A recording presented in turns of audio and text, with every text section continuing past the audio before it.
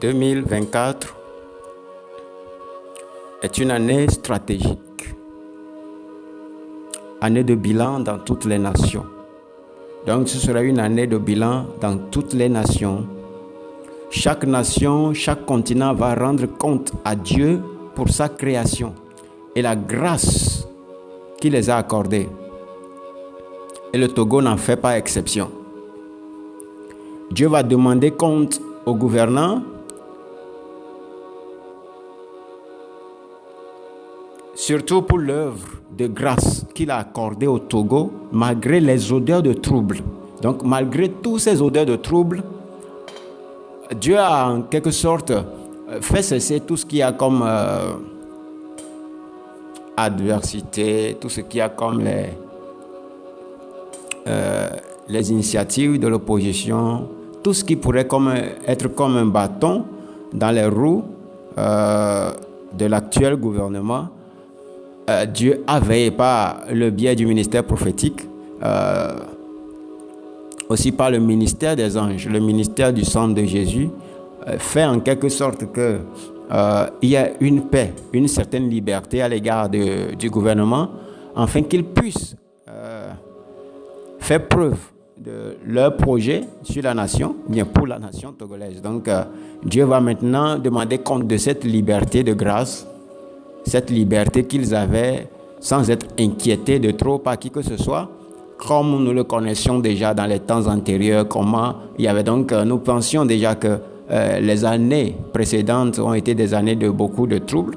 Et on dirait que l'actuel régime ou le gouvernement en place n'avait pas toutes les libertés de la main des politiques ou bien de la main de l'autre côté des politiques de pouvoir faire manifester ou de pouvoir manifester, de pouvoir faire accomplir les projets qu'ils ont pour la nation togolaise. Donc, mais ces 4 dernières années, à partir de 2020 et à partir après le jeûne national et toutes les déclarations prophétiques que j'avais libérées aussi, données de la part du Seigneur sur la nation togolaise, que ce mandat sera un mandat de test. Donc, c'est ça qui est écrit ici, parce que je suis en train de lire les choses que je dis. Donc, c'est ça. Donc, j'avais dit en 2020 que ce mandat est un mandat de test et d'analyse pour en déduire un jugement juste de la part de Dieu. Donc, Dieu a laissé libre cours à tout ce que le gouvernement pourra faire comme de bien pour la nation togolaise pour pouvoir déduire un jugement après. Donc, après analyse de Dieu lui-même, il va déduire maintenant si le gouvernement a bien fait ou pas. Parce que nous pensons que c'était parce qu'ils n'étaient pas libres de pouvoir faire ce qui est dans leur cœur, c'est-à-dire ce que l'agenda qu'ils ont, ils n'étaient pas libres en étant dans des situations d'adversité, toujours avec l'opposition, le peuple et tout ça. Donc, il y avait quand même eu un certain calme, une certaine liberté à l'égard du gouvernement, afin qu'ils puissent quand même faire manifester ou accomplir leur agenda. Donc là, Dieu va maintenant déduire si c'était bien ou pas. Je disais que personne ne peut prétendre être la solution pour le Togo. Donc, seul Dieu lui-même sera la solution, oui. Donc, Dieu va commencer par le peuple togolais d'abord, puis à l'opposition et finalement au gouvernement. Donc, Dieu va commencer cette analyse et ce jugement par le peuple. Il va commencer par voir quelle était l'attitude du peuple pendant ces 4 dernières années. Il va juger à partir de ça et puis aller vers l'opposition, juger leur cœur, leur pensée et voir ce qui a réglé, ce qui a enlevé. Et puis maintenant aller vers le gouvernement pour maintenant demander compte. Vous voyez? Et voir ce qui a enlevé, ce qui a réglé. Et pour pouvoir propulser le Togo dans le plan, dans la pensée de Dieu. Donc, toute liberté que le gouvernement avait eue afin d'avoir l'occasion de prouver à Dieu qu'il est capable, c'est-à-dire le gouvernement dans ces différentes dimensions, à accomplir les tâches dignes qui glorifient Dieu. Donc, un bilan global est aussi détaillé, c'est-à-dire que chaque personne se tiendra devant Dieu pour répondre pour lui seul et à sa conscience. Donc, chacun ira dans sa chambre, dans son lieu secret, faire une auto-analyse de soi et voir est-ce que le poste qu'on m'a donné, qu'on m'a confié, est-ce que j'ai pu faire les choses comme il faut? quelles sont les choses dans quoi j'ai failli et qu'est-ce qu'il faut corriger. Donc, que les différents acteurs politiques de la nation togolaise se jugent eux-mêmes. Donc, vous devez vous juger vous-même, comme le dit l'instruction prophétique. Donc, et voilà, donc se jugent eux-mêmes. Toute personne qui aspire à être conduite ou reconduite à un poste devrait prêter un serment à Dieu dans son lieu secret, en s'auto-jugeant d'abord, afin que Dieu ne le fasse pas à sa place. C'est-à-dire que toute personne qui est un aspirant, qui veut un poste au Togo, qui veut un poste stratégique, un poste dans le gouvernement, doit d'abord analyser, s'auto-juger, se juger lui-même, sonder son cœur, voir s'il y a des lacunes en lui, des choses à enlever, parce que le Togo nouveau est un Togo prophétique qui appartient à Dieu. Donc Dieu va sélectionner des gens, et ceux qui n'en sont pas dignes seront carrément mis de côté. Donc, et même s'ils ont été forcés à être là où ils sont, Dieu même va les enlever. Voilà. Donc, toute gloire, tout privilège, tout honneur, toute élévation que nous voulons dans cette vie, aussi nous cherche. Donc, la pensée de Dieu est de dire à quiconque aspire à une élévation, à une gloire, à un poste, doit savoir que ce même poste veut de lui. Tout ce que nous cherchons dans cette vie nous veut.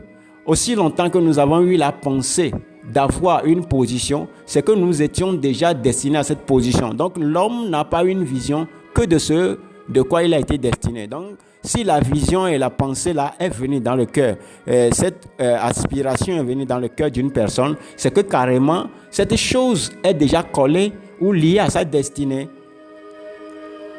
Donc c'était quelque chose qui facilement aurait pu arriver. Vous voyez, donc c'est la raison pour laquelle aucun effort humain ne peut l'élever ni l'honorer, sinon Dieu qui juge avec droiture et équité.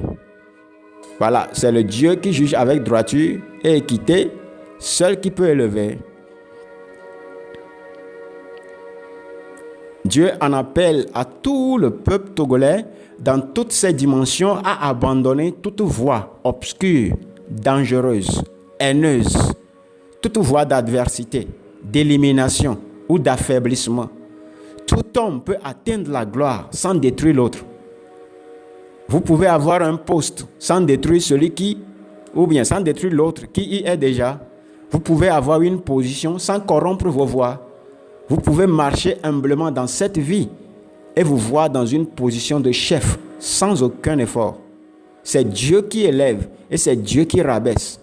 Ceci est la raison pour laquelle je disais aux Togolais de laisser la méthode de désordre public. Et ils ont compris, je crois. Je crois que le peuple togolais a compris qu'il ne peut plus aller dans les rues, lancer des pierres, revendiquer ses droits par les rues. Non. Non, cette histoire n'est pas bien. C'est pas vrai. OK? Donc, ce n'est pas ça. Ce n'est pas ça qui est la meilleure méthode d'un changement. Donc, maintenant, comme les Togolais ont compris que ce n'est pas aller dans les rues, faire les marches dans les rues qui résout les affaires. Donc, ils n'ont qu'à aller maintenant. Le Seigneur demande à ce que les Togolais aillent maintenant au prochain niveau. Ça, je m'adresse au peuple togolais dans toutes ces dimensions. Aller au prochain niveau et honorer Dieu. Arrêtez d'insulter. OK? Donc, l'attitude que Dieu demande maintenant chez les Togolais, c'est ça. Arrêtez d'insulter, de mépriser les pasteurs.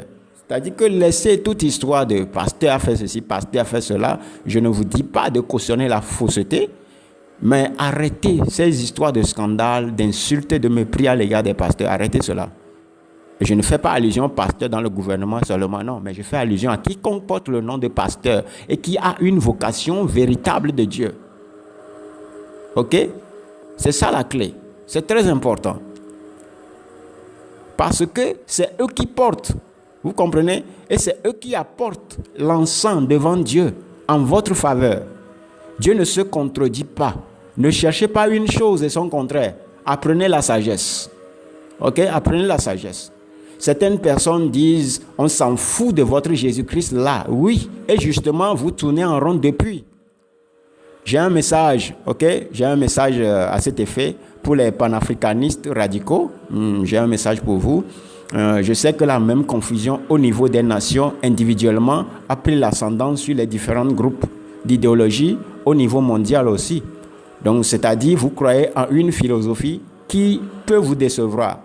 Vous voyez? Donc, vous employez la même méthode que les pères de l'indépendance. Tous ceux qui étaient les pères des indépendances dans les nations africaines avaient utilisé les mêmes méthodes. Vous voyez? Donc, vous êtes en train d'utiliser la même méthode, mais qui, en fait, n'avait pas marché.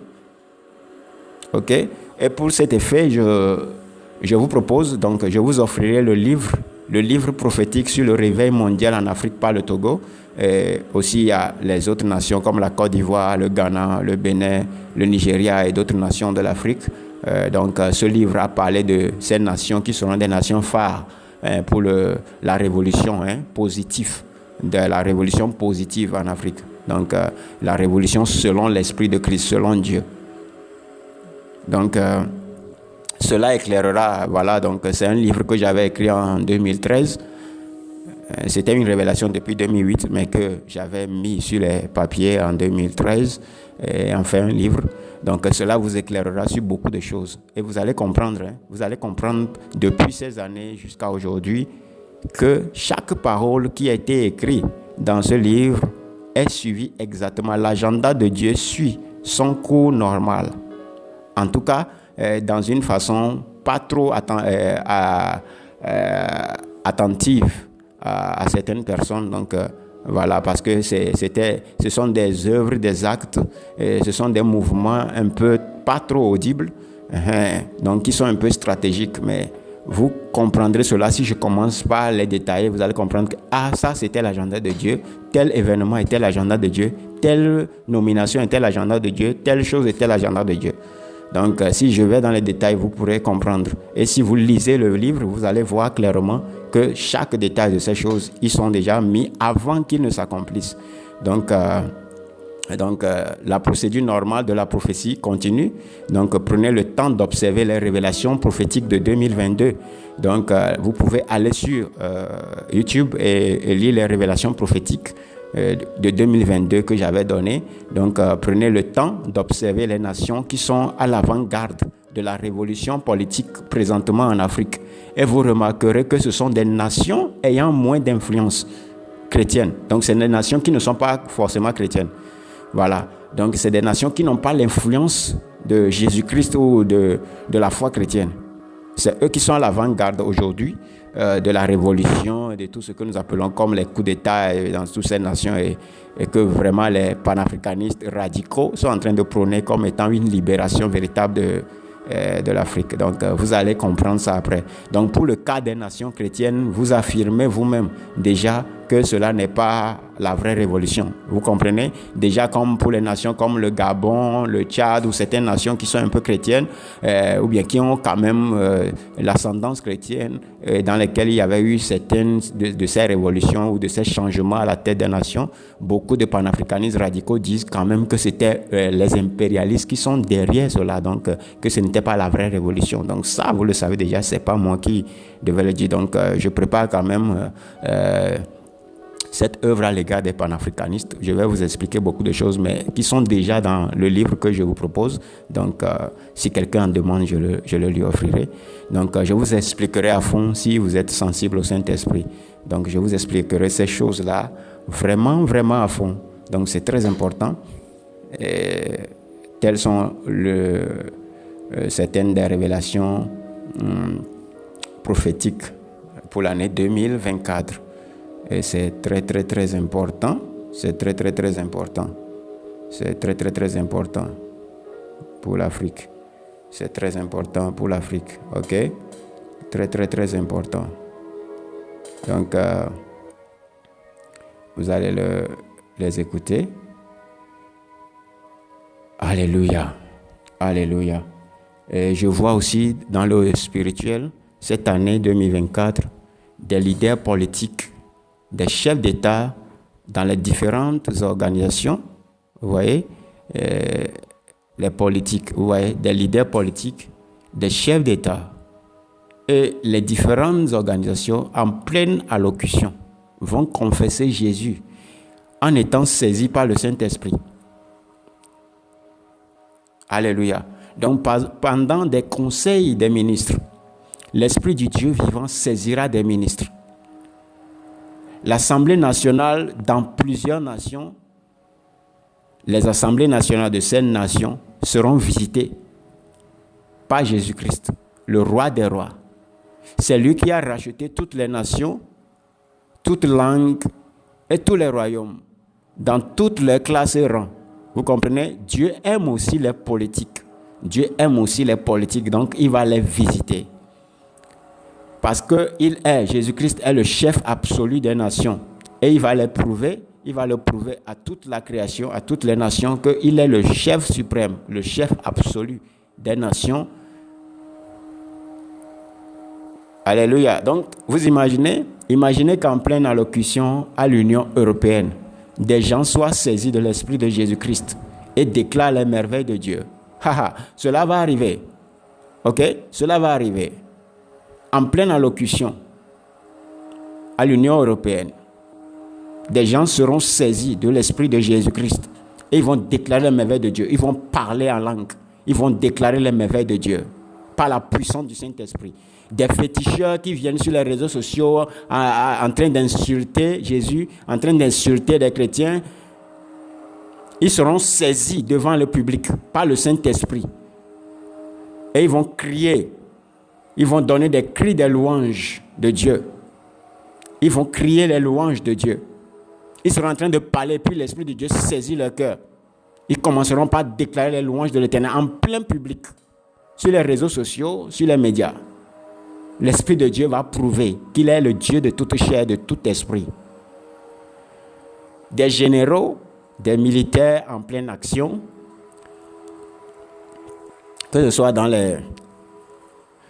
le degré des conflits dans les nations, seront saisis de l'Esprit de Christ. Vous savez, j'avais parlé de l'armée togolaise comme étant une armée modèle, selon Dieu, qui ira dans les affaires des nations, de maintien de la paix dans les nations avec la Bible. Ils iront avec la Bible. C'est ça le plan spirituel, le plan prophétique de Dieu pour les nations, ces nations précitées dans la révélation prophétique. Le plan, c'est ça. Le plan de Dieu pour eux, c'est ça. C'est d'aller vers ces nations en treillis, mais avec la parole de Dieu, avec la Bible, pour apporter la paix, selon Dieu, aux nations. Vous voyez? Donc, ils seront saisis du Saint-Esprit et ils déclareront la sainteté de Jésus-Christ. Comme le jour là où Jésus était sur la croix et le chef de l'armée a dit, assurément celui-ci est le Fils de Dieu. Un chef armé a déclaré la seigneurie de Jésus.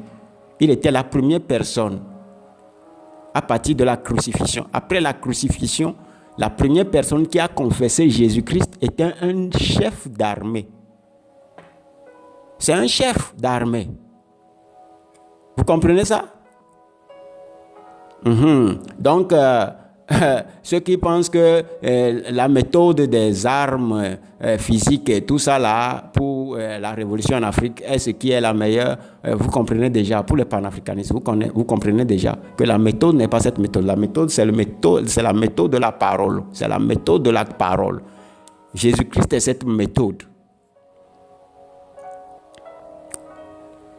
Alléluia.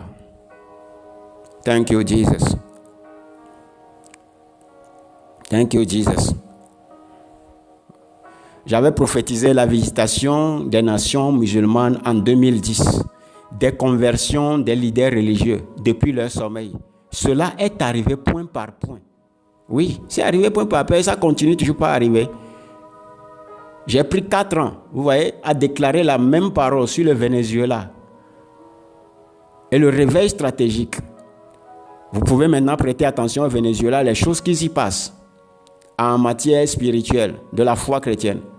2023, nous avons engagé la prière pour les nations et renversé l'agenda du diable. Vous avez vu les événements du Brésil.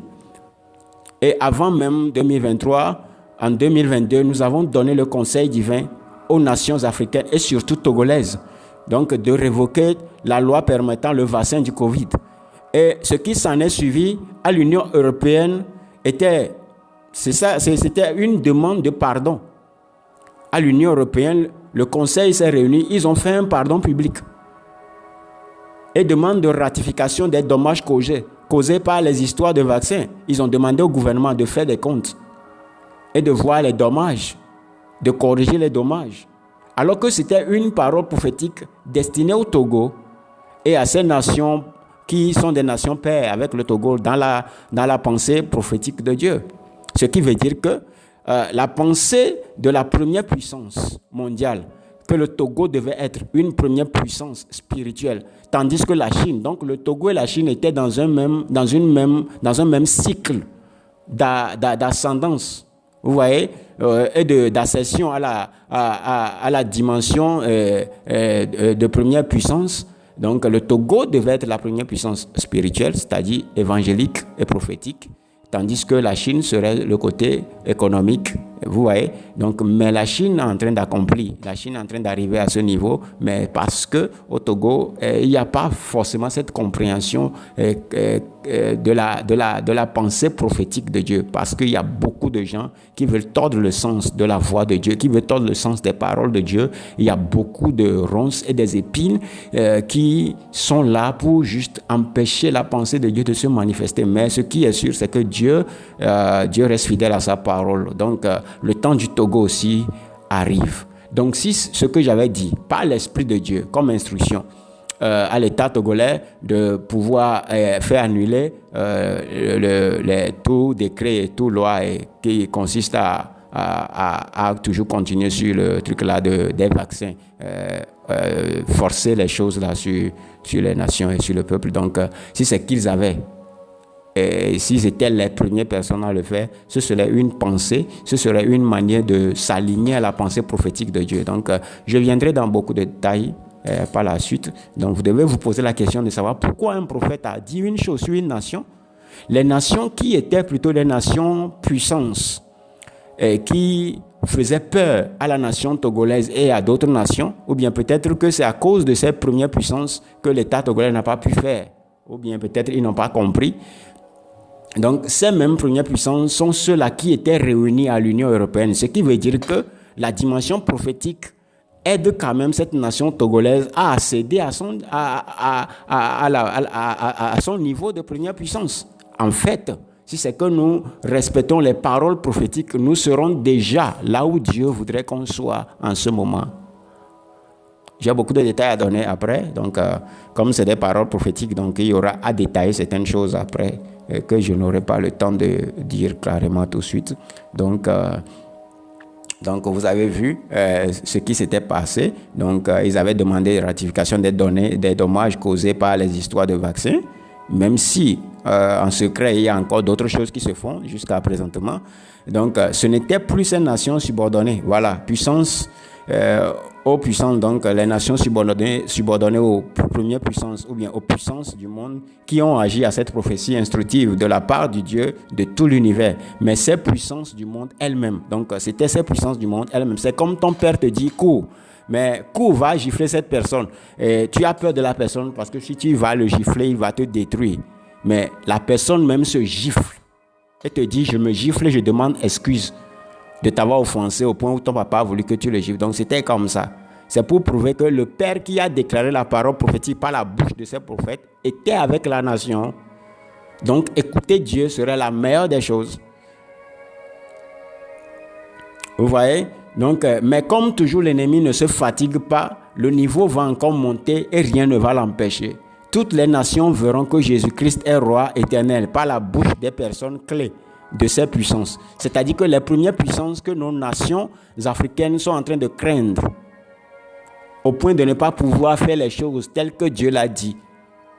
Il dit ces mêmes nations, les personnes stratégiques dans ces premières puissances, dans ces nations puissances, seront ceux qui vont confesser la seigneurie de Jésus publiquement. Donc vous imaginez? Thank you, Lord. Même dans les loges maçonniques, il y aura un déversement du Saint-Esprit. Dieu est maître de tous, pas Jésus-Christ. Dites gloire à Jésus. Oui, toute la gloire à Jésus. Même dans les loges, dans les religions. Les chefs, des gens seront saisis par l'Esprit de Christ.